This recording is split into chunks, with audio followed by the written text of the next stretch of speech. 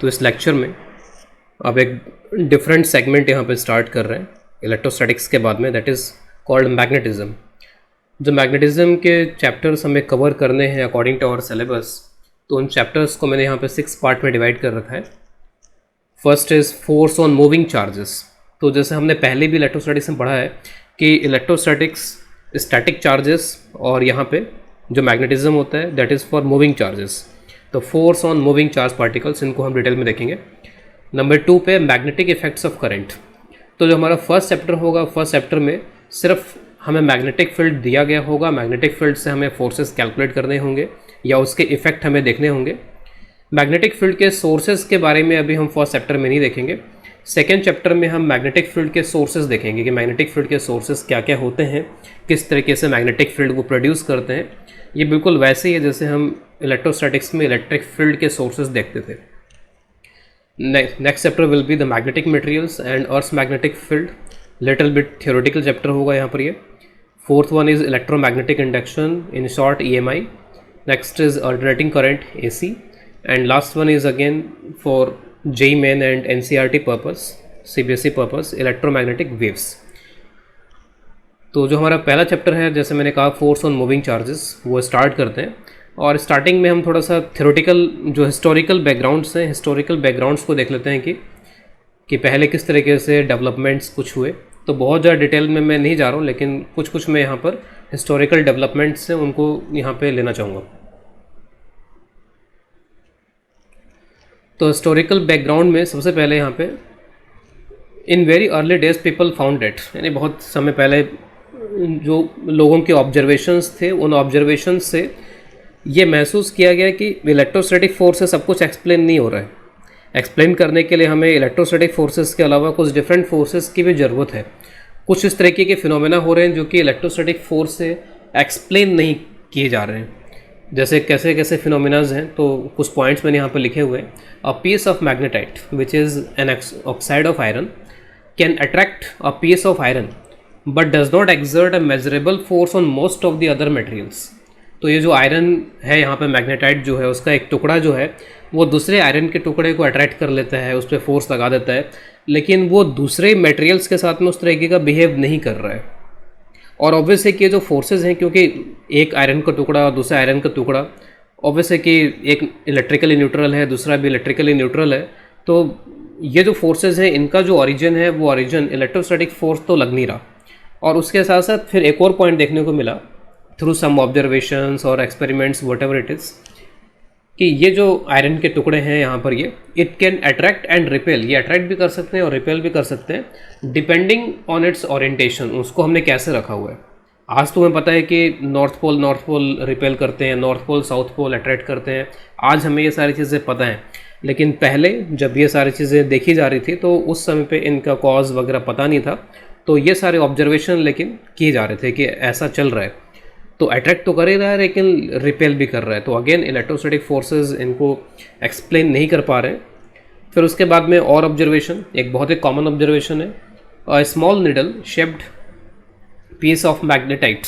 तो आयरन का एक छोटा सा निडल शेप का अगर एक कोई टुकड़ा लिया जाए और इसको इस तरीके से रख दिया जाए, if it is free to rotate about a vertical axis, एक वर्टिकल एक्सिस के अबाउट वो फ्री है रोटेट करने के लिए, तो ऐसा देखा गया कि वो खुद को रोटेट कर लेता है और खुद को रोटेट करके वो एक ऐसे ओरिएंटेशन में आ जाता है कि उसका एक and, it's one and is pointed towards geographical north.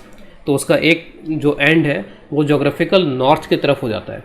तो आज हमें पता है कि कंपास निडल जिनमें मैग्नेटिक प्रॉपर्टीज़ हैं वो नॉर्थ डायरेक्शन वगैरह बताने के काम में आती है, नॉर्थ साउथ डायरेक्शन बताने के काम में आती हैं। उसके अकॉर्डिंगली वो अपने आप को रीअरेंज कर लेते हैं। तो ये सारे ऑब्जर्वेशंस थे, और भी बहुत सारे ऑब्जर्वेशंस एक्सपेरिमेंट्स डेफिनेटली रहे होंगे। आप डिफरेंट बुक्स में चाहो तो इन हिस्टोरिकल बैकग्राउंड्स को, क्योंकि थोड़े इंटरेस्टिंग होते हैं किस तरीके से ये थ्योरीज इवॉल्व हुई हैं, आप चाहो तो स्टडी कर सकते हो। लेकिन क्योंकि हमारे सिलेबस में अब हमें इतना डिटेल में इनमें जाना नहीं है, तो जस्ट मैंने एक आइडिया यहाँ पे दे दिया कि क्या क्या है जो कि हम इलेक्ट्रोस्टैटिक फोर्सेस से एक्सप्लेन नहीं कर पा रहे थे और लोग उसको लगातार ऑब्जर्व कर रहे थे, देख रहे थे कि इस तरीके की चीज़ें हो रही हैं। तो फॉर्मूलेज वगैरह पे जाने से पहले कुछ एक क्वालिटेटिव पॉइंट्स में यहाँ पे अगेन थोड़े डिस्कस कर रहा हूँ, और इन पॉइंट्स में हमें कुछ मैग्नेटिक फील्ड और इलेक्ट्रिक फील्ड का आपस में कंपैरिजन भी मिलेगा और कुछ पॉइंट्स भी हम यहाँ पर देख पाएंगे मैग्नेटिक फील्ड और मैग्नेटिक फोर्स के रिगार्डिंग। तो जैसे मैंने कुछ पॉइंट्स यहाँ पे लिखे हुए हैं। First point is there is no existence of magnetic charge. जैसे इलेक्ट्रिक चार्ज होता है, अब मेरे को यहाँ पर चार्ज के पहले मैग्नेटिक और इलेक्ट्रिक लगाना पड़ रहा है क्योंकि यहाँ पर हम थोड़े मैग्नेटिक फील्ड के टर्म्स में स्टडी कर रहे हैं इनको। तो there is no existence of magnetic charge. Magnetic charge जिस तरीके से इलेक्ट्रिक चार्ज होता है, इलेक्ट्रिक फील्ड की वजह से उस पर फोर्स लगता है, उस तरीके का कोई मैग्नेटिक चार्ज एग्जिस्ट नहीं करता कि जिस पे मैग्नेटिक फील्ड की वजह से फोर्स लगे। तो there is no existence of magnetic charge which can be used as test charge to find magnetic field at a point. तो आपको याद होगा इलेक्ट्रिक फील्ड जब हमने स्टार्ट किया था, पढ़ा था, तो उसमें जो डेफिनेशन थी या फिर जो भी कुछ बताया गया था इलेक्ट्रिक फील्ड के बारे में, उसमें ये बताया गया था कि इलेक्ट्रिक फील्ड अगर मुझे किसी पॉइंट पे टेस्ट करना है तो मैं क्या करूँगा, इस पर्टिकुलर पॉइंट पे एक चार्ज ला के रख दूँगा। तो किसी पर्टिकुलर पॉइंट पे आप एक चार्ज वहाँ पे ला के रख सकते हो कि कोई चार्ज ला के रख दिया, वहाँ पे आपने फोर्स मेज़र कर लिया कि फोर्स कितना लग रहा है इस पर, और उस फोर्स का यूज़ करके आपने इलेक्ट्रिक फील्ड निकाल लिया E is equal to F/Q करते हुए। लेकिन उस तरीके का मैग्नेटिक चार्ज यहाँ पे एग्जिस्ट नहीं कर रहा है। There is no magnetic charge here जिसको मैं ला करके रखूँ और उसके बाद में मैग्नेटिक फील्ड निकाल पाऊँ। Magnetic field at a point like in electric field, electric field की तरह मैग्नेटिक फील्ड आप नहीं पता कर सकते हो इस तरीके से। और हकीकत तो ये है, in fact magnetic monopole does not exist. अब मोनोपोल, डाइपोल, ये सब क्या है यहाँ पर, तो आपने जब भी मैग्नेट देखा होगा तो मैग्नेट के साथ में साउथ पोल, नॉर्थ पोल होते हैं। आपने शायद यही पढ़ा होगा कि जब मैग्नेट को कट करते हैं तो ऐसा नहीं होता है कि साउथ और नॉर्थ अलग हो जाते हैं, तो मोनोपोल एग्जिस्ट नहीं करते हैं। लेकिन जो हम इलेक्ट्रोस्टैटिक्स पढ़ते थे वहाँ पर एक +Q को भी ला के हम रख देते थे, -Q को भी ला के रख देते थे। +Q अलग ही होता था, -Q अलग ही होता था। इनको आपस में सेपरेट भी किया जा सकता था। पॉजिटिव चार्ज, नेगेटिव चार्ज को आपस में सेपरेट किया जा सकता है।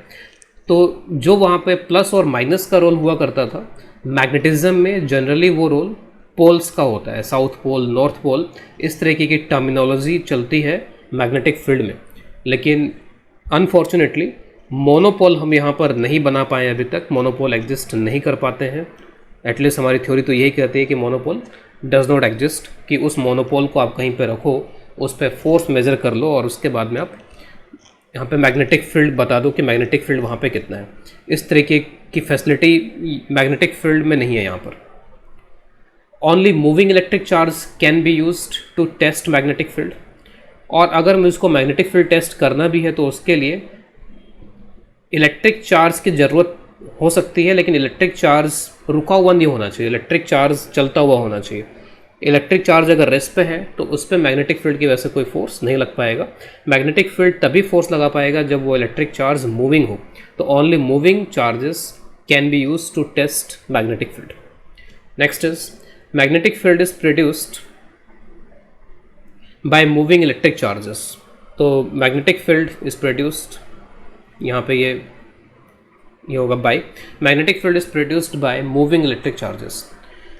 तो मूविंग इलेक्ट्रिक चार्जेस की वजह से ही मैग्नेटिक फील्ड प्रोड्यूस होता है और मूविंग इलेक्ट्रिक चार्जेस पे ही मैग्नेटिक फोर्स लगता भी है।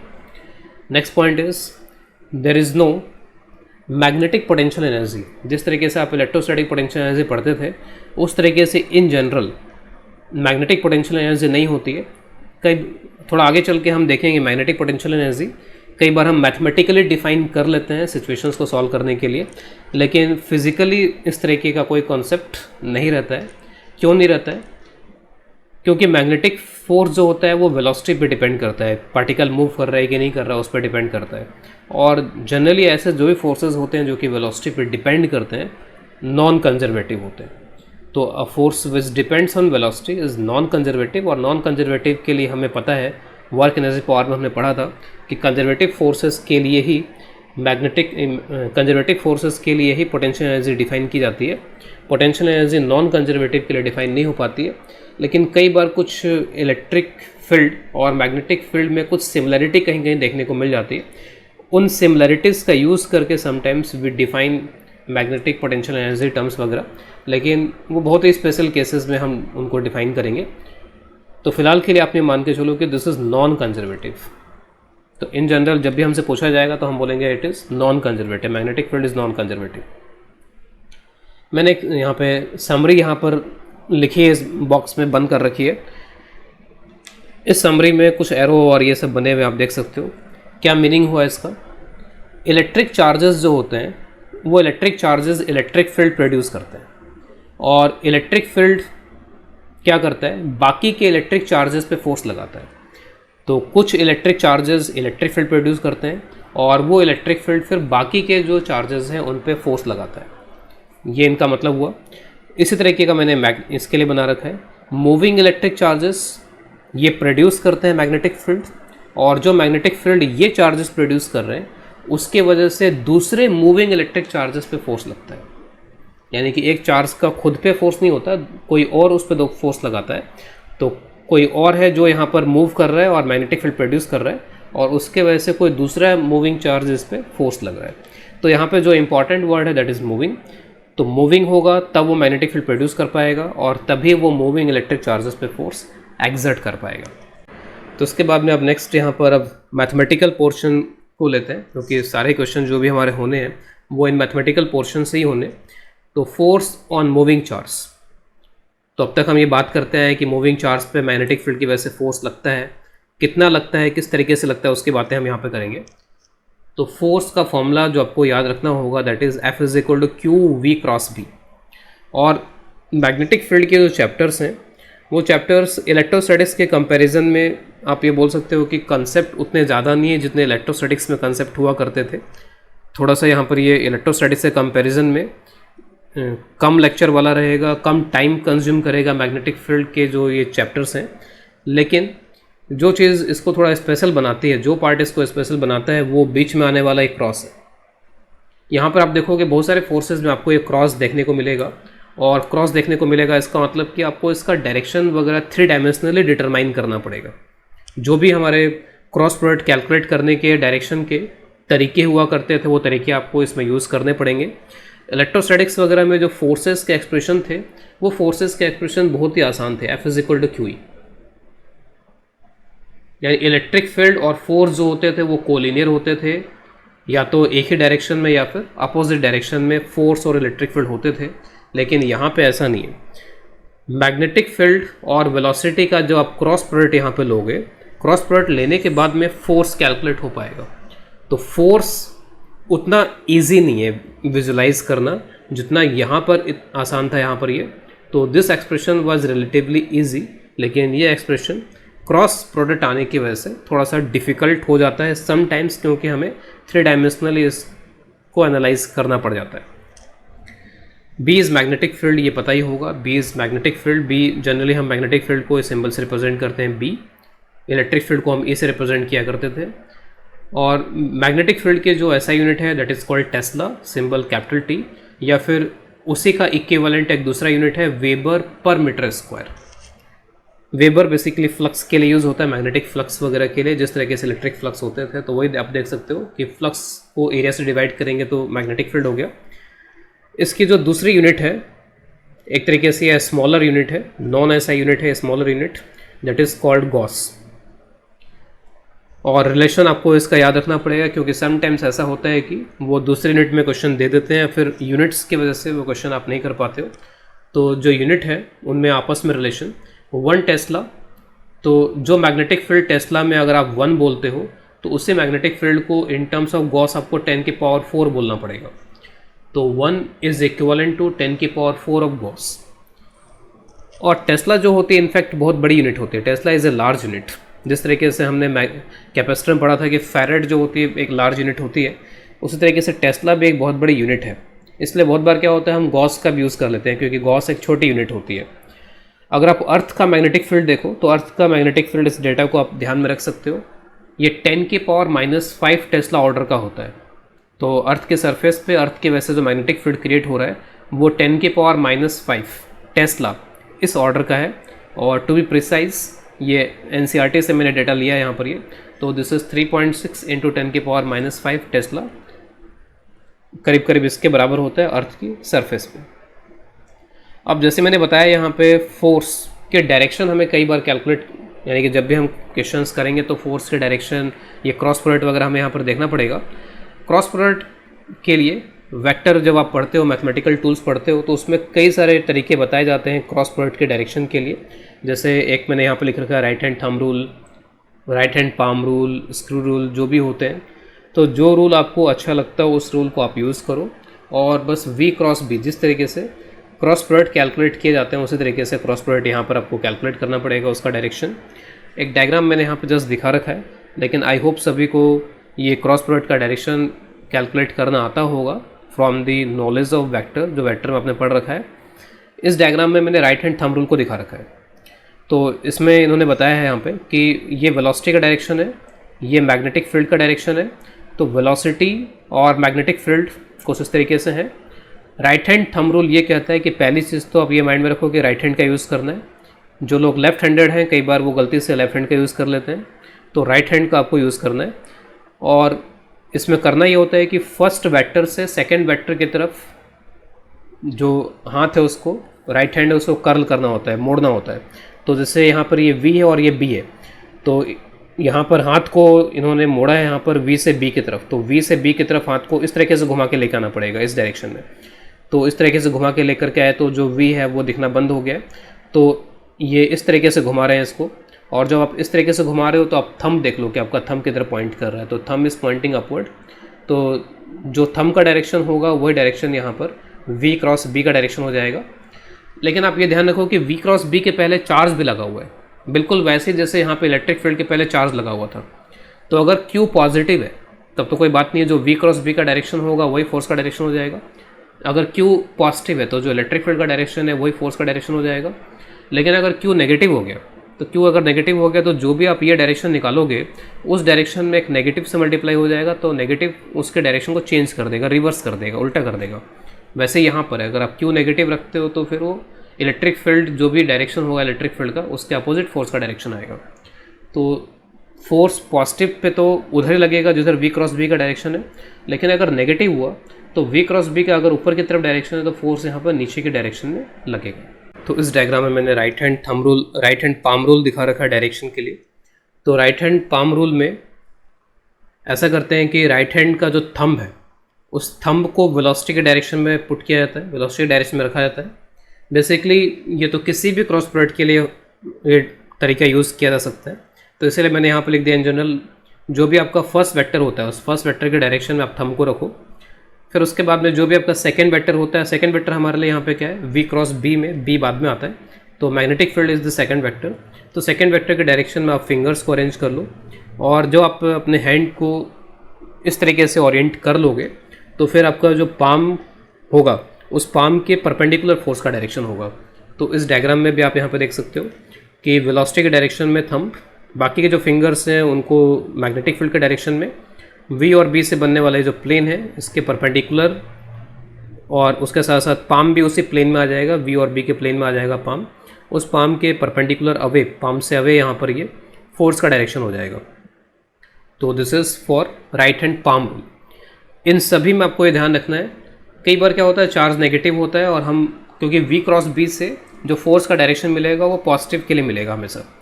तो आपको देख लेना होगा कि चार्ज नेगेटिव था या पॉजिटिव था, तो इसलिए मैंने लिख दिया कि don't forget to reverse what, reverse the direction of force if charge is negative. Charge negative है तो इसको आपको ध्यान रखना पड़ेगा।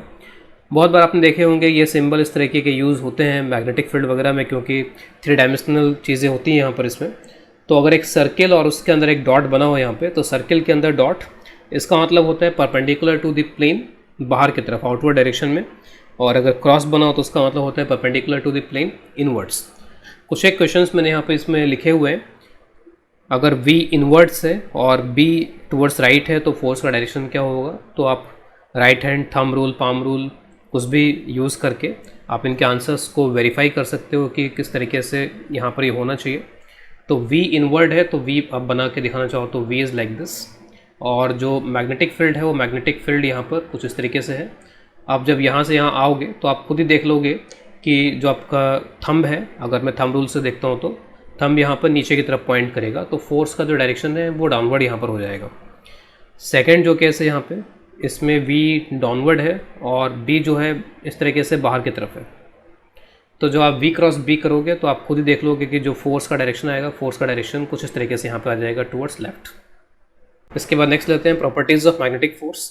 तो ये जो मैग्नेटिक फोर्स का फॉर्मूला है, इस फॉर्मूले से मैग्नेटिक फोर्स की बहुत सारी प्रॉपर्टीज़ बताई जा सकती हैं, विजुलाइज की जा सकती हैं, समझी जा सकती हैं। तो एक एक करके कुछ पॉइंट्स के थ्रू इनको देख लेते हैं। जैसे अब तक हमने यहाँ पे देख लिया है कि V क्रॉस B से फोर्स का डायरेक्शन आता है। तो फोर्स जो होगा, क्योंकि क्रॉस प्रोडक्ट की ये प्रॉपर्टी है कि जो भी क्रॉस प्रोडक्ट में यहाँ पे दो वेक्टर्स यूज़ हो रहे हैं, तो जो भी यहाँ पे प्रोडक्ट होगा या रिजल्ट होगा वो इन दोनों के परपेंडिकुलर होगा। तो direction of the force is perpendicular to the plane formed by V and B। तो V और B से जो बनने वाला प्लेन है, उन दोनों के ही, उस पूरे प्लेन के ये फोर्स परपेंडिकुलर होगा। और उसके साथ साथ ऑब्वियस सी बात है कि वेलोसिटी के परपेंडिकुलर भी होगा और मैग्नेटिक फील्ड के परपेंडिकुलर भी होगा। तो force is perpendicular to both velocity and the magnetic field. A force always perpendicular to velocity cannot deliver any power and cannot do any work. तो एक बहुत ही इंपॉर्टेंट यहाँ पे लाइन लिखी हुई है कि फोर्स, जैसे अगर मान लीजिए कि ये वेलोसिटी का डायरेक्शन है और दिस इज़ वेलोसिटी डायरेक्शन, और सपोज यहाँ पर ये फोर्स, तो ये परपेंडिकुलर है। अगर परपेंडिकुलर है तो पावर होती है, इंस्टेंटेनियस पावर किसी भी इंस्टेंट पे होती है, power is equal to F dot v. और क्योंकि परपेंडिकुलर वेक्टर्स हैं तो इनका डॉट जीरो हो जाएगा, तो पावर किसी भी इंस्टेंट पे जीरो होगी। F will always be perpendicular to this small displacement. तो जो भी इसका स्मॉल डिस्प्लेसमेंट होगा वेलोसिटी डायरेक्शन में होगा, small displacement d s is equal to v d t. तो वेलोसिटी के डायरेक्शन में इसका स्मॉल डिस्प्लेसमेंट होगा और उस स्मॉल डिस्प्लेसमेंट की भी यहाँ पर ये फोर्स परपेंडिकुलर होगा, ऑब्वियस सी बात है। तो हर एक छोटे छोटे इंटरवल में यहाँ पर इसका जो वर्क डन है वो लगातार 0 0 0 आता जाएगा। तो उसका अगर मैं इंटीग्रेशन भी कर दूँ तो इंटीग्रेशन भी फिर 0 होगा। तो यहाँ से एक इम्पॉर्टेंट लाइन या इम्पॉर्टेंट लेसन यही है कि power delivered by magnetic force and work done by magnetic force is always 0, क्योंकि हमेशा ये वेलोसिटी एंड डिस्प्लेसमेंट के परपेंडिकुलर रहने वाला है। Next point is, since it's work and power delivered is 0, then it cannot change the kinetic energy and speed. तो work done is equal to change in kinetic energy. तो work done by a force is equal to change in kinetic energy. तो ये जो force है magnetic force, इसका कोई भी contribution kinetic energy को चेंज करने में नहीं होगा। काइनेटिक एनर्जी को चेंज नहीं कर सकता ये, और काइनेटिक एनर्जी को चेंज नहीं कर सकता तो kinetic energy is half mv²। तो वहाँ पे v एक तरीके से स्पीड है, जस्ट वेलोसिटी का मैग्नीट्यूड है। तो हम बोल सकते हैं कि स्पीड को भी चेंज नहीं कर सकता, it can not change the speed. लेकिन ये जो लाइन मैंने लिखी है कि ये स्पीड को चेंज नहीं कर पाता है, वो किसके लिए है? Constant magnetic field. कांस्टेंट का मतलब है टाइम के साथ कांस्टेंट। मैग्नेटिक फील्ड अगर टाइम के साथ वेरी करता है तो उसके अलग इफेक्ट्स दिखने शुरू हो जाते हैं। तो मैग्नेटिक फील्ड अगर टाइम के साथ वेरी करता है तो वो इलेक्ट्रिक फील्ड इंड्यूस करने लग जाता है। वो सारी चीज़ें हम बाद में EMI वाले चैप्टर में पढ़ेंगे, लेकिन अभी फ़िलहाल के लिए बस इतना माइंड में रख लो कि अगर मैग्नेटिक फील्ड टाइम के साथ वेरी कर रहा है तो फिर वो इलेक्ट्रिक फील्ड को इंड्यूस करता है। तो उसका इफेक्ट एक ऐसा हो जाता है कि उसके वजह से फिर फोर्स लगने लगेगा। इलेक्ट्रिक फील्ड अगर आ जाएगा तो इलेक्ट्रिक फील्ड तो चेंज कर सकता है स्पीड को।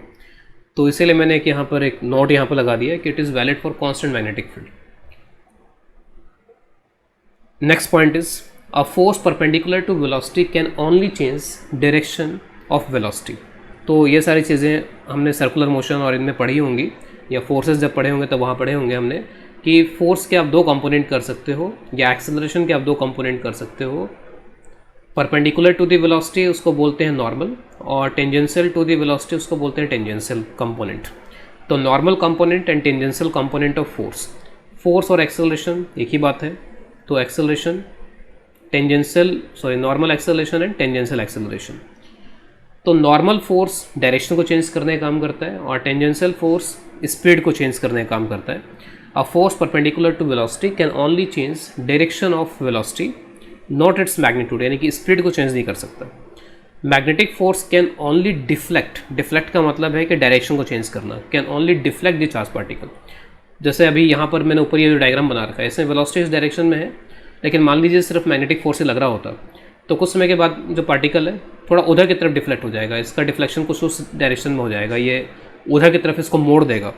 लेकिन फोर्स जब भी लगेगा हमेशा वेलोसिटी परपेंडिकुलर लगेगा। मान लीजिए कि डिफ्लेक्ट होकर के अभी ऐसे हो गया, थोड़ा उधर मुड़ गया ये, तो फिर फोर्स वापस से जो लगेगा परपेंडिकुलर लगेगा। तो फोर्स हमेशा मेंटेन करेगा परपेंडिकुलर टू द वेलोसिटी, अपने डायरेक्शन को इस तरीके से मेंटेन करता हुआ चलेगा। तो ये फोर्स जो है स्पीड को चेंज नहीं कर सकता है, सिर्फ और सिर्फ यहाँ पर ये डायरेक्शन बदल सकता है, डिफ्लेक्ट कर सकता है, it can only deflect. Next point, since magnetic force is not along B, again एक इंपॉर्टेंट पॉइंट है यहाँ पर ये। आपको इलेक्ट्रिक फील्ड में ध्यान होगा कि इलेक्ट्रिक फील्ड में ये होता था कि फोर्स जो भी लगता था या तो वो इलेक्ट्रिक फील्ड के डायरेक्शन में लगता था या फिर इलेक्ट्रिक फील्ड के अपोजिट। यहाँ पे फोर्स का formula F is equal to q v cross p, तो ऑब्वियस है कि यहाँ पर जो फोर्स लगेगा वो फोर्स मैग्नेटिक फील्ड के डायरेक्शन में तो नहीं लगेगा, बल्कि उसके परपेंडिकुलर लगेगा यहाँ पर इसमें। तो इलेक्ट्रिक फील्ड में हम ऐसा बोल देते थे electric line of forces, electric field lines के लिए इलेक्ट्रिक लाइन ऑफ फोर्सेस ये टर्म यूज़ कर लेते थे, ELOF, electric line of forces. लेकिन मैग्नेटिक फील्ड में हम इस तरीके का टर्म यूज़ नहीं करते कि मैग्नेटिक लाइन ऑफ फोर्सेस, क्योंकि इलेक्ट्रिक लाइन ऑफ फोर्सेस अगर मान लीजिए इस तरीके से ये इलेक्ट्रिक फील्ड लाइन अगर है तो मुझे पता है कि यहाँ पे इलेक्ट्रिक फील्ड इस डायरेक्शन में है, अगर मैं यहाँ पे रखूँगा तो फोर्स भी या तो इसके तरफ लगेगा या इसके अपोजिट लगेगा, यानी इसी लाइन के लॉन्ग लगेगा। अगर मैं यहाँ कहीं पे रखता हूँ चार्ज को तो फोर्स फिर कुछ इस तरीके से लगेगा। तो जो इलेक्ट्रिक फील्ड का डायरेक्शन है वही एक तरीके से फोर्स का भी डायरेक्शन बन जा रहा है। तो इलेक्ट्रिक फील्ड लाइंस को इलेक्ट्रिक लाइन ऑफ फोर्सेस भी बोला जा सकता है, लेकिन यहाँ पर ऐसा नहीं है। यहाँ पर इन मैग्नेटिक फील्ड का मैग्नेटिक फोर्स के डायरेक्शन के साथ में कोई डायरेक्ट लिंक नहीं है वहाँ पर इसमें, उसमें वेलोसिटी का डायरेक्शन भी इंपॉर्टेंट है, लेकिन यहाँ पे इलेक्ट्रिक फील्ड के केस में सिर्फ इलेक्ट्रिक फील्ड का डायरेक्शन इंपॉर्टेंट है, बल्कि बस चार्ज पॉजिटिव नेगेटिव होगा तो उल्टा पुल्टा हो जाएगा, बस इससे ज़्यादा नहीं होगा। लेकिन यहाँ तो वेलोसिटी भी मैटर कर रही है। तो since magnetic force is not along the magnetic field lines are usually not termed as magnetic line of forces. तो अगर हम यूज़ करते हैं तो वैसे टेक्निकली गलत होगा, लेकिन कई बार कुछ बुक्स में इसको यूज़ कर लिया जाता है ऐसे, लेकिन यूज़ करना नहीं चाहिए। तो usually not termed as magnetic line of forces. तो एक क्वेश्चन ले रहे हैं, a charge particle moving in uniform magnetic field has velocity this. Uniform का मतलब होता है कि जहाँ जहाँ चार्ज जा रहा है हर जगह उसको एक जैसा मैग्नेटिक फील्ड मिल रहा है, उसमें चेंजेस नहीं आ रहा। तो वेलोसिटी v किसी पर्टिकुलर इंस्टेंट पे इतनी है और एक्सेलरेशन a इतना है, पता करना है कि लैम्डा कितना होगा। तो कई बार स्टूडेंट्स इसमें फोर्स का formula F is equal to q v cross B ये सब यूज़ करना स्टार्ट कर देते हैं। फिर कई बार उनको लगता है कि चार्ज गिवन नहीं है, मास ये सब कुछ गिवन नहीं है, मैग्नेटिक फील्ड वगैरह गिवन नहीं है, तो हो सकता है कि डेटा सफिशेंट नहीं है। लेकिन ये जो क्वेश्चन है ये क्वेश्चन बस एक छोटे से फैक्ट पे बेस्ड है कि आपको पता है कि जो मैग्नेटिक फोर्स लगता है that magnetic force is always perpendicular to velocity. और अगर सिर्फ मैग्नेटिक फोर्स ही है तो जो एक्सेलरेशन क्रिएट होगा, क्योंकि एक्सेलरेशन फोर्स के डायरेक्शन में होता है, तो एक्सेलरेशन भी वेलोसिटी के परपेंडिकुलर हो जाएगा। तो क्योंकि एक्सेलरेशन वेलोसिटी के परपेंडिकुलर है तो इससे हम बोल सकते हैं कि a dot v will be zero. तो a डॉट वी यहाँ पे जीरो हो जाएगा। अगर a डॉट वी ज़ीरो है तो बस इसके बाद में इसका डॉट लेके इसको जीरो के बराबर रख देंगे। तो 2 यहाँ पर है और 5 वहाँ पर है, तो 10 हो गया, और यहाँ पे -3 लैम्डा हो जाएगा, this is equal to 0। So lambda is equal to 10/3, this is the answer for lambda. Next question, when a proton has a velocity v is equal to I cap plus 3j cap into 10 की power 6 meter per second, it experiences a force F is equal to -1.28 into 10 की power -13 की cap. If it has velocity along z axis, then force is along x axis. तो एक separate case में दो separate cases यहाँ पे दिए गए for the same magnetic field, obviously बात है। तो we have to find the magnetic field. अब क्योंकि मैग्नेटिक फील्ड यहाँ पर कुछ इस तरीके के फॉर्मूले के साथ में रिलेटेड होता है, इन तीनों में रिलेशन ये होता है F is equal to q v cross p. तो मुझे इस तरह की इक्वेशन का यूज़ करना है, लेकिन उसके पहले मेरे को मैग्नेटिक फील्ड अज्यूम करना पड़ेगा। और कई बार जो ये डेटा दिया होता है उस डेटा से हम मैग्नेटिक फील्ड का एक पॉसिबल डायरेक्शन पता कर सकते हैं, बता सकते हैं कि मैग्नेटिक फील्ड में कौन कौन से कंपोनेंट एग्जिस्ट करेंगे। तो पहले हम ये काम कर लेते हैं कि मैग्नेटिक फील्ड में कौन कौन से कंपोनेंट एग्जिस्ट करेंगे वो देख लें।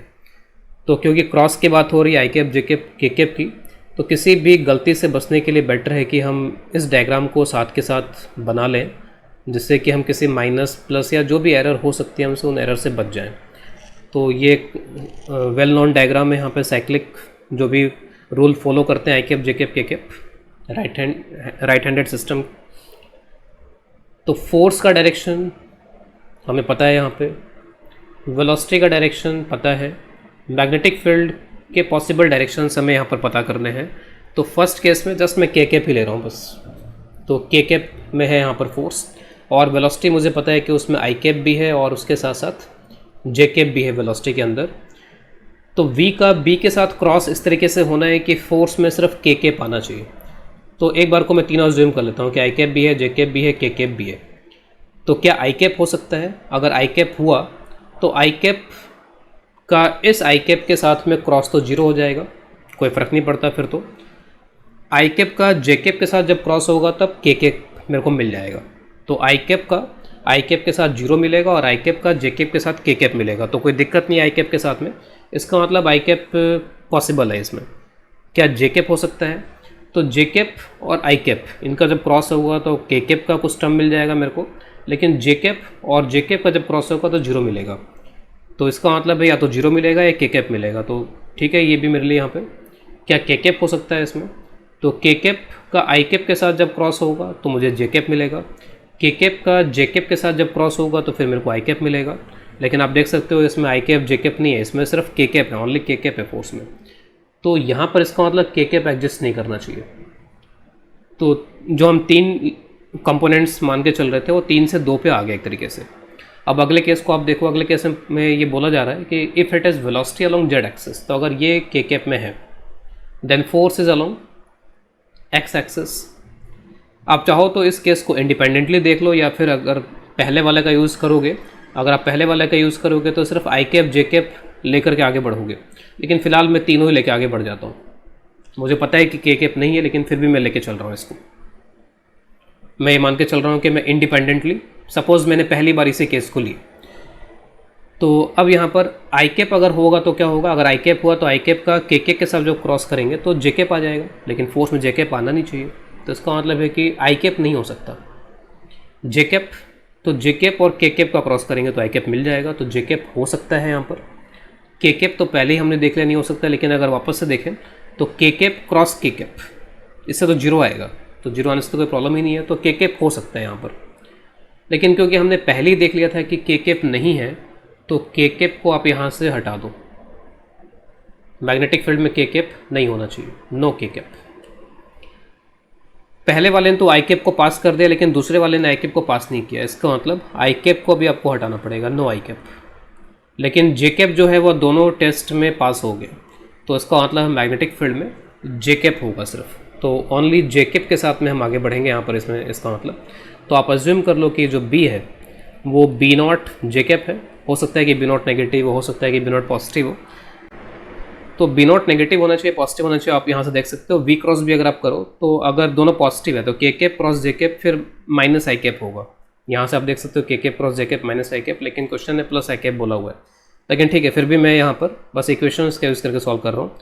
तो force F is equal to q v cross B, मैं इसका यूज़ कर रहा हूँ। इसमें आप वैल्यूज पुट कर लो, तो फोर्स की जो वैल्यू है -1.28 इंटू 10 की पावर -13 के कैप है यहाँ पर। ये चार्ज 1.6 इंटू 10 की पावर -19। वेलोसिटी में ये जो टर्म आ रहा है 10 की पावर 6, इसको आप अलग कर लो।